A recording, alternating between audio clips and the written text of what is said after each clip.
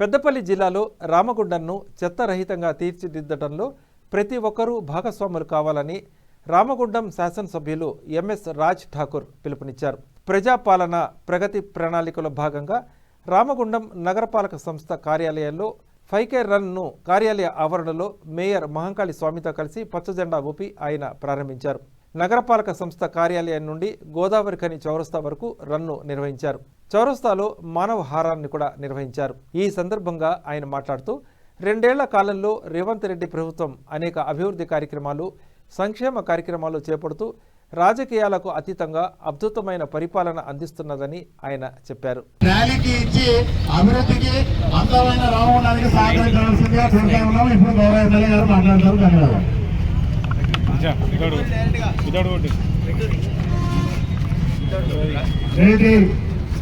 కార్యక్రమంలో భాగంగా 5K run నిర్వహించినటువంటి పాల్గొన్న ప్రతి ఒక్కరికి పేరు పేరున శిరస్సు వంచి నమస్కరిస్తూ ధన్యవాదాలు తెలియజేస్తాం. బంధువులారా, రాష్ట్ర ముఖ్యమంత్రి గౌరవ శ్రీ రేవంత్ రెడ్డి గారు వారి యొక్క క్యాబినెట్ అద్భుతమైన 2 సంవత్సరాల కాలంలో అనేక ప్రజా సంక్షేమ కార్యక్రమాలు తీసుకొచ్చి ఈరోజు అర్హత ఉన్న ప్రతి ఒక్కరికి ఇవ్వాలి.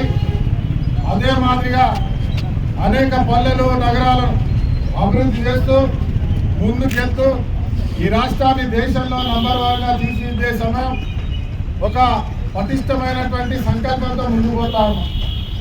పోయిన ప్రభుత్వం 10 లక్షల కోట్లు అప్పు చేసినా ఎక్కడ లేని ధైర్యంతో ఈరోజు ప్రభుత్వ ఉద్యోగులకు జీతాలు ఇస్తూ సంక్షేమాన్ని నడిపిస్తూ అద్భుతమైన పరిపాలన కొనసాగిస్తా ఉన్నాం. మరి ఈ పరిపాలనను ప్రజా సంఘాలు, కమ్యూనిటీస్ బాధ్యత కలిగిన ప్రతి ఒక్క పౌరుని కూడా బాధ్యత ఇవ్వాలి. మనం చేస్తున్న అభివృద్ధిలో అందరినీ కలుపుకొని రాజకీయాలకు అతీతంగా మన పల్లె నుంచి పట్టణాల వరకు అద్భుతమైన పరిపాలన కొనసాగించాలి. దాంట్లో మొదటగా శుభ్రత, పరిశుభ్రత, శానిటేషన్ అందరం కూడా బాధ్యత తీసుకోవాలి. ఎన్విరాన్మెంట్, చెట్ల పెంపకం, దాంతో ల్యాండ్స్కేపింగ్ చేయడం, దాంతోపాటు ప్రభుత్వ సంక్షేమాలు ఏమేమి ఉన్నాయో ఆ సంక్షేమాలన్నీ అందరికీ అర్హత ఉన్న వాళ్ళకి అందుతున్నాయా లేదా చూస్తూ బాధ్యత తీసుకొని అర్హత ఉన్న వాళ్ళకి ఇప్పించేటువంటి బాధ్యత. ఇలాంటివే కాకుండా మహిళలందరినీ కూడా కోటీశ్వరులు చేయాలని ఒక ఆలోచనతో 1,00,000 కోట్లతో ఆలోచన చేస్తున్న ప్రభుత్వానికి మరి మహిళా సంఘాలు ఇక్కడైతేనేమి పల్లెల్లో మహిళా సంఘాలు ఇక్కడ మెక్మాకు సంబంధించిన గ్రూపులకి మరి 1 కోటి నుంచి 30 కోట్ల వరకు బ్యాంకు రుణాలు ఇవ్వడానికి సిద్ధంగా ఉంది. వీరు సొంతంగా వ్యాపారం పెట్టుకొని 10 మందికి ఉపాధి దిశగా ఏర్పాటు చేసే దశలో ప్రభుత్వం ద్వారా సహాయాన్ని అందించే కార్యక్రమంలో అందరూ కూడా సహకరిస్తూ మహిళలను ప్రోత్సహించాలన్న సంకల్పం.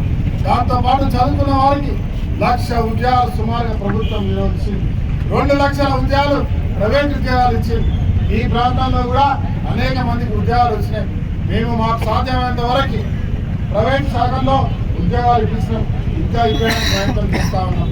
అప్పటివరకైతే ఎవరైతే చదువుకొని నిరుద్యోగవంతులు ఉన్నారో వారు ప్రభుత్వం చేస్తున్న సంక్షేమాల్లో ప్రభుత్వానికి సహాయపడే విధంగా ఉన్న వాడకి, ఉన్న నగరానికి సహాయపడే విధంగా ముందుకు రావాలని మీకు ఈరోజు మీడియా ద్వారా పిలుపునిస్తా ఉన్నాం. ఇలా అద్భుతమైన రామగుండం నగరాన్ని పునర్నిర్మాణం చేస్తా ఉన్నాం. ఇలా పునర్నిర్మాణం మొదలైంది, మీ కళ్ళకు కనబడతా ఉంది. రోడ్ల వెడల్పు కావచ్చు, అద్భుతమైన వాడవాడల రోడ్డు కావచ్చు, డ్రైనేజ్ కావచ్చు, మంచినీటి సమస్య కావచ్చు, ఇలా స్కూళ్ళు, కాలేజీలు, అద్భుతమైన చదువుతో పాటు ఇలా కని విని ఎరగని గత 50 సంవత్సరాల నిర్లక్ష్యానికి గురైన మన ప్రాంతాన్ని అద్భుతమైన నిర్మాణం కొనసాగిస్తా ఉన్నాం. కమర్షియల్ కాంప్లెక్స్ తో పాటు ఈ ప్రాంతంలో అన్ని రకాల విద్యతో పాటు ఉపాధి చేసుకుంటూ అన్ని రకాలుగా మనకు వెచ్చించే అవకాశం ఉన్న మన ప్రాంతంలో ఏం లేని కారణంగా అటు మంచిర్యాల, అటు భూపాలపల్లి, అటు పెద్దపల్లి, అటు కరీంనగర్ లేకుంటే ఉచిత బస్సు ద్వారా ఇలా మహిళలందరూ హైదరాబాద్ వరకు వెళ్తా ఉన్నారు. అన్ని రకాల అవసరాలు రామగుండంలో దొరికే విధంగా అద్భుతమైనటువంటి ఒక కార్యాచరణ తీసుకొని ఈరోజు ముందుకు వెళ్తా ఉన్నాం. త్వరలోనే రాబోయే 2-3 సంవత్సరాల్లో అన్ని రకాల వసతులు ఇక్కడ ఏర్పాటు చేసే విధంగా బ్రహ్మాండమైన కమర్షియల్ కాంప్లెక్స్ తో పాటు ఇలా అద్భుతమైన గుళ్ళు గోపురాలతో పాటు ఈ ప్రాంతానికి ఇతర ప్రాంతాల వాళ్ళు వచ్చే విధంగా చేసే